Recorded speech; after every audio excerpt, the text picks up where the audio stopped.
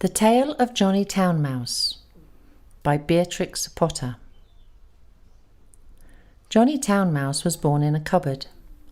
Timmy Willie was born in a garden. Timmy Willie was a little country mouse who went to town by mistake in a hamper. The gardener sent vegetables to town once a week by carrier. He packed them in a big hamper. The gardener left the hamper by the garden gate so that the carrier could pick it up when he passed. Timmy Willie crept in through a hole in the wickerwork, and after eating some peas, Timmy Willie fell fast asleep. He awoke in a fright while the hamper was being lifted into the carrier's cart. Then there was a jolting and a clattering of horses' feet. Other packages were thrown in. For miles and miles, jolt, jolt, jolt, and Timmy Willie trembled amongst the jumbled up vegetables. At last the cart stopped at a house where the hamper was taken out, carried in and set down. The cook gave the carrier sixpence. The back door banged and the cart rumbled away. But there was no quiet. There seemed to be hundreds of carts passing. Dogs barked. Boys whistled in the street. The cook laughed. The parlour-maid ran up and down stairs, and a canary sang like a steam engine. Timmy Willie, who had lived all his life in a garden, was almost frightened to death. Presently the cook opened the hamper and began to unpack the vegetables. Out sprang the terrified Timmy Willie. Up jumped the cook on a chair, exclaiming, "A mouse! A mouse! Call the cat! Fetch me the poker, Sarah!"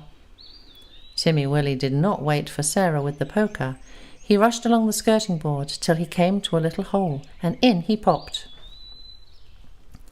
He dropped half a foot and crashed into the middle of a mouse dinner party, breaking 3 glasses. "Who in the world is this?" inquired Johnny Town Mouse. But after the first exclamation of surprise, he instantly recovered his manners. With the utmost politeness, he introduced Timmy Willie to 9 other mice, all with long tails and white neckties. Timmy Willie's own tail was insignificant. Johnny Town Mouse and his friends noticed it, but they were too well bred to make personal remarks. Only one of them asked Timmy Willie if he had ever been in a trap. The dinner was of 8 courses, not much of anything, but truly elegant. All the dishes were unknown to Timmy Willie, who would have been a little afraid of tasting them, only he was very hungry and very anxious to behave with company manners. The continual noise upstairs made him so nervous that he dropped a plate. "Never mind, they don't belong to us," said Johnny. "Why don't those youngsters come back with the dessert?" It should be explained that 2 young mice, who were waiting on the others, went skirmishing upstairs to the kitchen between courses. Several times they had come tumbling in, squeaking and laughing. Timmy Willie learnt with horror that they were being chased by the cat. His appetite failed. He felt faint. "Try some jelly," said Johnny Town Mouse. "No? Would you rather go to bed? I will show you a most comfortable sofa pillow." The sofa pillow had a hole in it.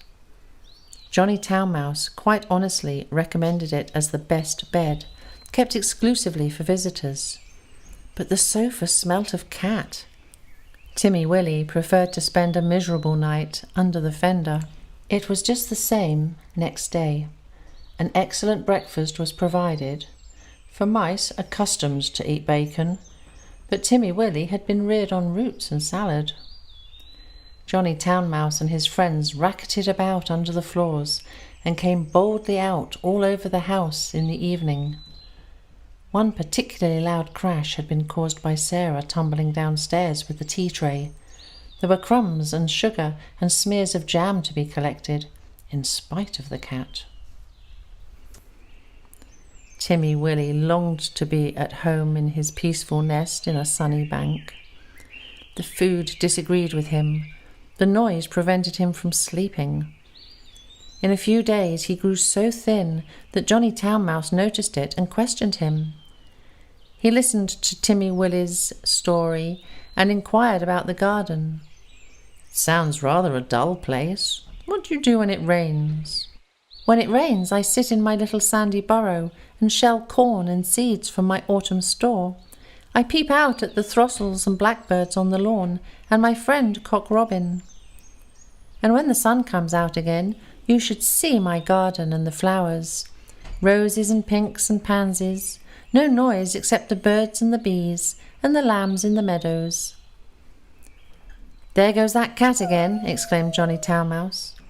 When they had taken refuge in the coal cellar, he resumed the conversation. "I confess I am a little disappointed.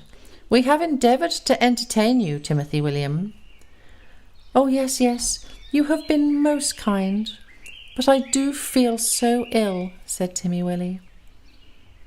"It may be your teeth and digestion are unaccustomed to our food.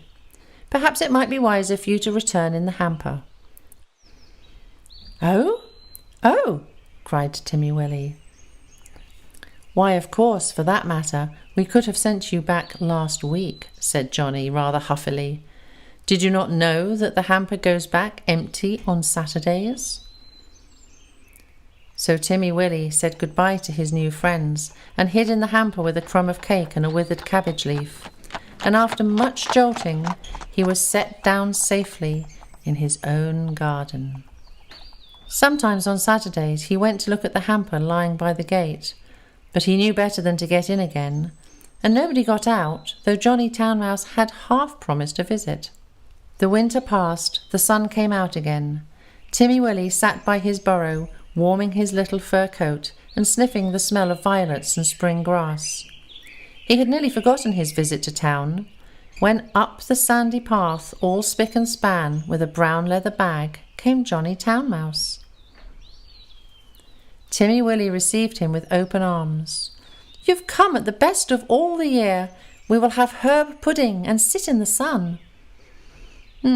It's a little damp," said Johnny Town Mouse, who was carrying his tail under his arm out of the mud. "What is that fearful noise?" he started violently. "That?" said Timmy Willie. "That is only a cow. I will beg for a little milk." "They are quite harmless, unless they happen to lie down upon you. How are all our friends?" Johnny's account was rather middling. He explained why he was paying his visit so early in the season. The family had gone to the seaside for Easter. The cook was doing spring cleaning on board wages, with particular instructions to clear out the mice.